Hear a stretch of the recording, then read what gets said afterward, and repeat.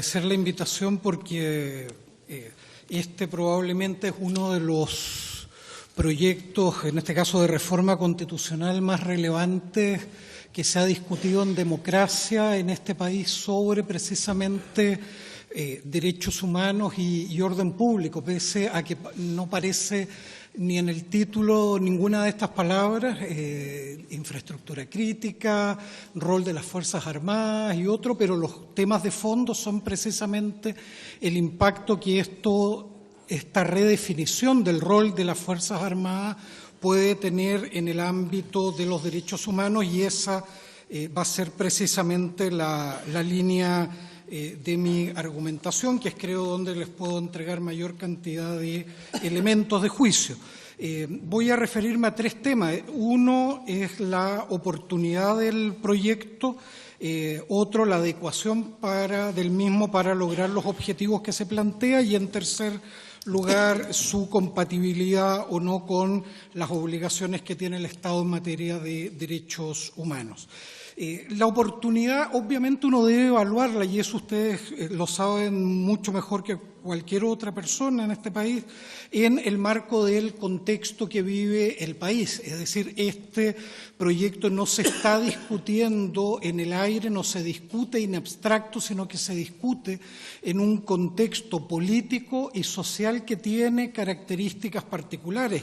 Y la que a mí más me preocupa es que este proyecto se enmarca en una discusión en la cual hace algunos días atrás la Comisión Interamericana de Derechos Humanos ha señalado que Chile vive una grave crisis en materia de derechos humanos, y por lo tanto lo que uno espera del rol del Parlamento es precisamente que tenga la capacidad de prever los resultados de la aprobación de un proyecto como el que ustedes tienen hoy en sus manos para tomar una decisión a nombre de todo el país.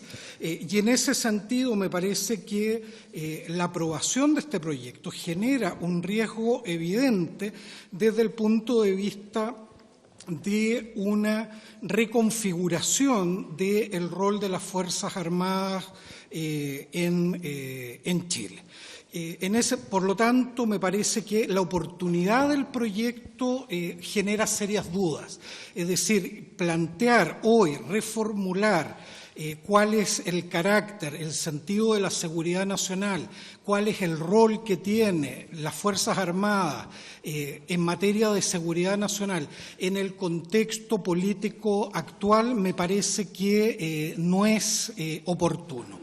En segundo lugar, la adecuación del proyecto. El proyecto tiene que ver con, y así se ha expresado públicamente, con la mejora de la seguridad nacional. Y ahí me parece que hay un riesgo evidente en el proyecto. El proyecto originalmente señala, y lo cito, que el concepto de seguridad de la nación ha transitado desde una visión restrictiva en que se consideraba únicamente la seguridad exterior a una más amplia, a partir de la propia concepción de la seguridad, incluyendo nociones de soberanía, estabilidad institucional y enfrentamiento de riesgos. Cierro la cita.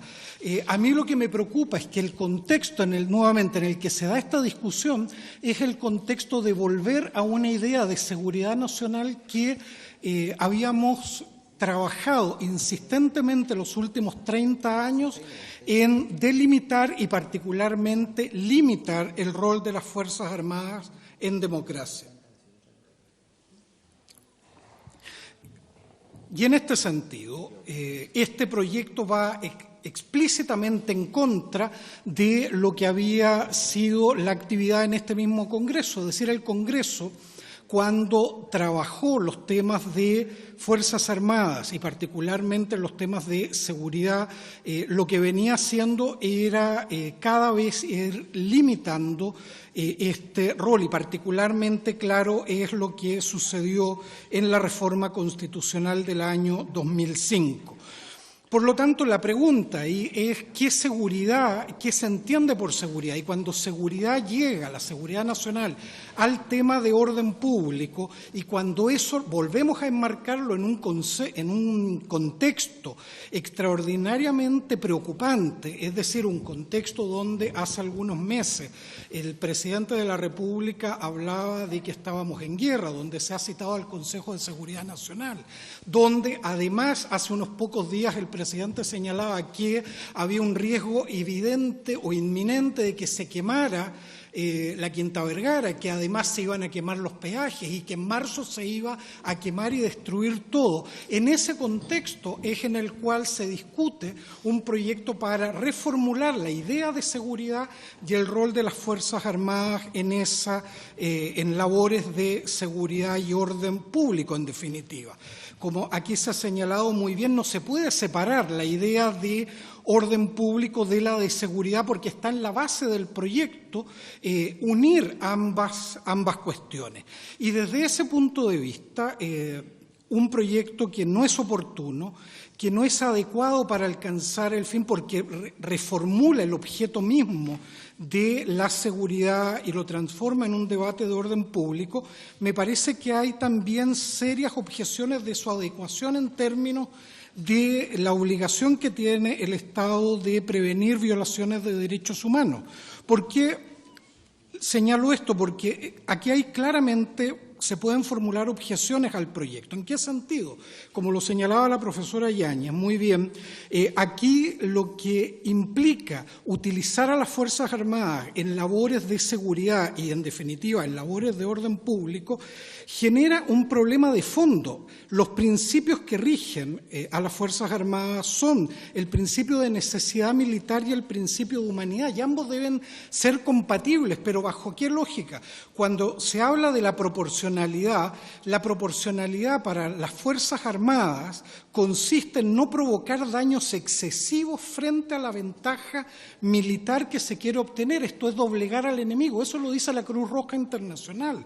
Y eso es lo que genera entonces que las Fuerzas Armadas tengan un entrenamiento, tengan un material, medios para utilizar, que lo que buscan es ese objetivo, doblegar por la fuerza al enemigo. Y cuando el enemigo se transforma en el enemigo interno, eso es lo propio de la doctrina de la seguridad nacional que venimos 30 años intentando dejar en el pasado. Por lo tanto, uno puede hacer claramente mención aquí a por qué. Desde la perspectiva de derechos humanos, esto es un riesgo. Precisamente la Corte, la Comisión Interamericana, el Comité de Derechos Humanos, todos coinciden en que utilizar a las Fuerzas Armadas para actividades de seguridad y orden público es un evidente error. Y la Comisión Interamericana lo acaba de decir el 2019 cuando habla de derechos humanos y protesta social.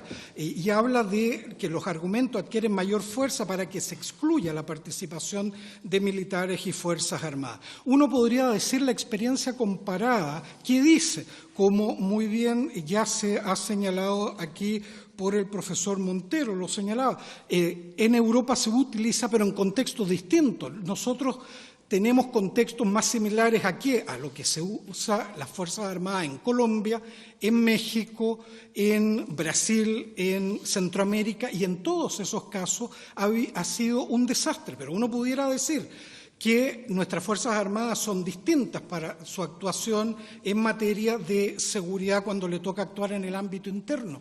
Y miremos 3 ejemplos. Cuando se utilizaron las Fuerzas Armadas para resolver conflictos sociales en Chile, tuvimos 17 años de violaciones masivas y sistemáticas de derechos humanos, pero uno pudiera decir las Fuerzas Armadas aprendieron. Pero hace 3 meses atrás, cuando las Fuerzas Armadas volvieron a salir, a entrar en contacto directo con la población para cumplir funciones de seguridad, en 10 días el presidente el director del Instituto Nacional de Derechos Humanos nos ha dicho que se presentaron 70 querellas. ¿Y querellas en qué materia? torturas con violencia sexual, homicidio frustrado, homicidio y uso excesivo de la fuerza. Cierro con el último punto, señor presidente. La adecuación desde el punto de vista de derechos humanos también de esa relación con la base normativa que se le ha entregado a las Fuerzas Armadas. Y yo quiero poner el énfasis precisamente en las reglas de uso de la fuerza aprobadas el 22 de febrero del 2020, donde en el artículo 3, regla 9, se hace expresa mención a la protección de instalaciones, sistemas, componentes, etcétera. ¿Para qué? La única vez que se utiliza esto es para justificar el uso de la fuerza a través de qué? Del usar armas de fuego. Por lo tanto, uno, si mira en conjunto el proyecto, genera riesgos evidentes, no solo teóricos del uso de la fuerza, sino que en la práctica en Chile y además en la base normativa que ya se ha generado para que las Fuerzas Armadas puedan actuar en estado de excepción, que perfectamente podrían usarse para estas nuevas funciones. En definitiva, señor presidente, con esto termino y le agradezco el minuto adicional. La conclusión que quiero compartir con ustedes es que estamos ante un proyecto que redefine el rol de las Fuerzas Armadas en pos de redefinir a su vez qué significa seguridad nacional, y es un proyecto en ese contexto que no es oportuno por el minuto que se presenta, es un proyecto que no es adecuado para alcanzar el fin que se propone y además es un proyecto que genera graves riesgos en materia de derechos humanos. Lo que pase de aquí en adelante, cuando las Fuerzas Armadas estén en la calle nuevamente intentando controlar manifestaciones públicas y el desastre que eso puede significar, va a haber pasado necesariamente por una decisión que ustedes han tomado hoy en esta tarde. Yo lo que los llamo es asumir la responsabilidad de lo que puede suceder en este país si se aprueba este proyecto de reforma constitucional. Muchas gracias, presidente. Muchas gracias al profesor Claudio Nach. Y ahora sí, vamos a escuchar al ministro de Defensa hasta por 10 minutos, pues después